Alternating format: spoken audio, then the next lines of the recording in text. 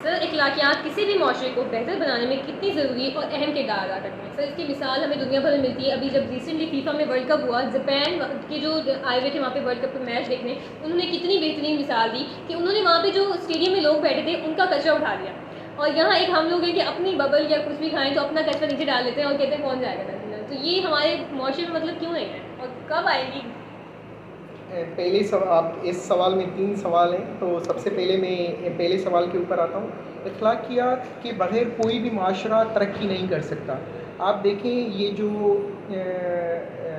Western European countries हैं या developed countries जो भी हैं, चाइना ले लें या जापान ले लें, साउथ कोरिया ले लें, तो वहाँ पर क्या है, वहाँ पे अखलाकियात है उनके यहाँ, एक मोरल वैल्यूज़ हैं, ठीक है, और वो काफ़ी ज़्यादा बेहतर हैं। दूसरी आपने एग्जांपल दी कि किस तरीके से वो दूसरों का कचरा साफ़ कर रहे थे जैपनीज़, ये फीफा वर्ल्ड कप जो हुआ था कतर में। पाकिस्तान की एग्जांपल अभी आए, हम पाकिस्तान के ऊपर आते हैं, मैं आपको एग्जांपल देता हूँ। पाकिस्तान में जो सफाई करने वाला होता है, इस जॉब को हम कहते हैं कचरा उठाने वाला या कचरे वाला है। डिसरिस्पेक्ट करते हैं। जी, हम डिसरेस्पेक्ट करते हैं। असल में बेटा वो कचरे वाला नहीं है, कचरे वाले हम हैं, वो सफाई वाला है। और कुरान के मुताबिक, नबी करीम सल्लल्लाहु अलैहि वसल्लम की हदीस के मुताबिक है, सफाई निफ्स ईमान है, ठीक है। और ये हमारे मुआशरे की अक्कासी कर रही है किस तरीके से हमने प्रॉफिट की टीचिंग को दूर छोड़ा हुआ है, ठीक है। तो ये सारी चीज़ें हैं, मतलब ये तज़ादात हैं, पैराडॉक्सेस हैं इस चीज़ में। सर हमें अगर हम अपने मज़हब को भी देखें तो हमें इस हद तक इखलाकी होना चाहिए था कि हमारे जो नबी पाक सल्लल्लाहु अलैहि वसल्लम के जो काफिर थे वो उन पर इतना एतबार करते थे कि अपनी अमानतें उन पर उनके पास रखवा के जाते थे और उनके वो सारी को अमीन कहलाते, उनकी कही हुई बात, हालांकि वो ईमान नहीं लाते थे उनके ऊपर, लेकिन उनकी कही हुई बात को मानते थे। तो ये यही बात है कि हमने अपने नबी की तालीमात को छोड़ दिया, जिसकी वजह से आज हमारा जो हाल है वो है। तो सर मेरा जो तीसरा सवाल है वो ये है कि जो हमारे सियासतदान हैं वो टीवी पर आकर इंतहाई गैर इखलाकी गुफ्तगू करते हैं। आप बेशक अपने ओपोनेंट्स जो है उनको बुरा भला कहें, लेकिन ये ना हो कि आप हद ही क्रॉस कर दें। आपको पता है कि आपकी एक सर्टेन फ़ैन फॉलोइंग है, आपको लोग देखते हैं, तो जब आपकी एक सर्टेन ऑडियंस होती है तो आप ज़रा बात करते हुए सोचते हैं, समझते हैं।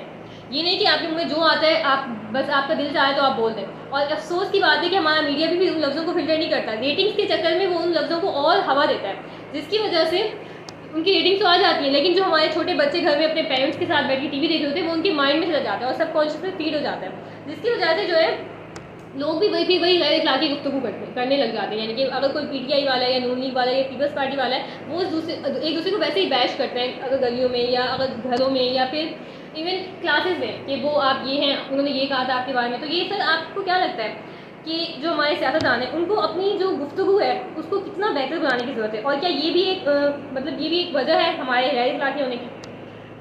जी बिल्कुल, इसको भी आप इससे कनेक्ट कर सकती हैं, क्योंकि बेटा ये लीडरान हैं, ठीक है, लीडर्स हैं, और इनकी जैसे कि आपने खुद बताया कि फ़ैन फॉलोइंग बहुत ज़्यादा होती है। फॉर सपोज़ आप पार्टीज़ ले लें, लीडर्स ले लें, कोई भी हो, पीटीआई का हो, पीपी का हो या किसी भी पार्टी का हो, तो उनकी फ़ैन फॉलोइंग होती है। तो यहाँ पे क्या होता है कि जो भी उनके फॉलोअर्स देखते हैं वो उसी चीज़ को करने की कोशिश करते हैं। फॉर सपोज़ मैं आपको एक एग्ज़ाम्पल दूंगा। कुछ साल पहले एक इंटरव्यू हुआ था किसी न्यूज़ चैनल के ऊपर, प्राइवेट न्यूज़ चैनल के ऊपर। एक पॉलिटिशियन है, एक रिलीजियो पॉलिटिकल पार्टी के, वो लाइव मीडिया पर आकर एक खातून जो एनालिस्ट थी उनको वो गालियां दे रहा था लाइव फोरकास्ट के ऊपर, ठीक है। तो ये हमारे मुआशरे की अक्कासी कर रहा है कि कितने हम मोरली डिके का शिकार हो चुके हैं, कितनी मतलब डिटेरियरेशन हो चुकी है हमारे मुआशरे की मोरली। यस सर, इसमें हर किसी को अपने इंडिविजुअल लेवल पे भी रोल प्ले करने की ज़रूरत है, क्योंकि या ये पूरा मुआशरा अगर ठीक होगा बाद में होगा। पहले हमें अपने, यानी कि अगर मैं एक इंडिविजुअल हूँ, सर एक इंडिविजुअल है, तो हमें अपनी सतह पर अपनी जो इखलाकी वैल्यूज़ हैं उनको ठीक करना है। ये नहीं कहना कि वो ख़राब है वो करें तो हम भी करें, इस तरह से कभी भी चेंज नहीं आएगा। और दूसरी बात ये कि हमारे जो न्यूज़ चैनल्स हैं उनको भी ज़रा जो है रेटिंग्स के चक्कर में खाली वो ना रहे, उनको ज़रा एक जिम्मेदारी का मुजाहरा करना है, क्योंकि आप जो है माइंड सेटर हैं, आप पब्लिक ओपिनियन बनाते हैं। तो आपको चाहिए कि आप वो जो अगर सियासतदान ने कुछ भी कह दिया है गलत तो आप उसको फिल्टर कर दें। और वैसे भी प्राइमरी रूल्स में ये नहीं है कि आप टीवी पे गालियाँ दिखाएं या कुछ इस तरह का दिखाएं। और अफसोस की बात है कि पैमरा भी उस पर नोटिस नहीं देता। तो मुख्तलिफ फैक्टर्स हैं जो मिलकर हमारे माशरे में इखलाकियात को बेहतर करेंगे। तो सर ये वाला सेगमेंट भी हमारा अपने इख्तिताम को पहुँचता है। यहाँ पे मैं एक चीज़ ऐड करना चाह रहा हूँ, वो ये कि सॉरी मैं आपका थोड़ा सा ज़्यादा टाइम लूँगा क्योंकि मैं एक चीज़ भूल गया था ऐड करना। वो ये है कि हमारे यहाँ जो एक बड़ा मसला है, अगर आप इसको पैराडाइम कंसीडर कर लें, वो ये है कि हमने कुछ चीज़ों को मिसअंडरस्टूड किया हुआ है। ठीक है, आपने मोरालिटी को एक बिल्कुल माइनर या एक नेरो लेंस से, स्पेक्ट्रम से देखने की कोशिश की। अगर आप इसको ब्रॉडर स्पेक्ट्रम पर देखें तो यहाँ पे फॉर सपोज जो करप्शन होती है, ठीक है, या जो 2 नंबरी होती है, दूध में मिलावट हो गई, या दूसरी ये जो इनफिल्ट्रेशन होती है, दूसरी उसके ऊपर आ जाएं आप ये जो होर्डिंग जो पाकिस्तान में सबसे ज़्यादा की जाती है और बिज़नेस कम्युनिटी से सबसे ज़्यादा अर्न करती है, होर्डिंग, ज़ख़ीरा अंदोज़ी। तो ये लोग क्यों करते हैं? इसके पीछे बेटा एक चीज़ जो मैंने ऑब्ज़र्व की है, वो अगेन एक सेगमेंट ऑफ द सोसाइटी है जिनको हम क्लर्जी बोलते हैं, उलमा बोलते हैं, मौलवी बोलते हैं, ठीक है, जो भी आप इनको नाम दें, वो अपना रोल प्ले करते हैं। वो किस तरीके से? हमारे यहाँ जो मसला है वो ये है कि हम ज़कात देकर, खैरात देकर अपने सारे गुनाह माफ़ करवा देंगे। ठीक है, मतलब जो भी जितनी भी 2 नंबरी करे, जितनी भी मिलावट करे, जितने भी कोई इमोरल एक्ट्स करे, वो ज़कात देगा, हज देगा, उसके सारे गुनाह माफ़ हो जाएंगे।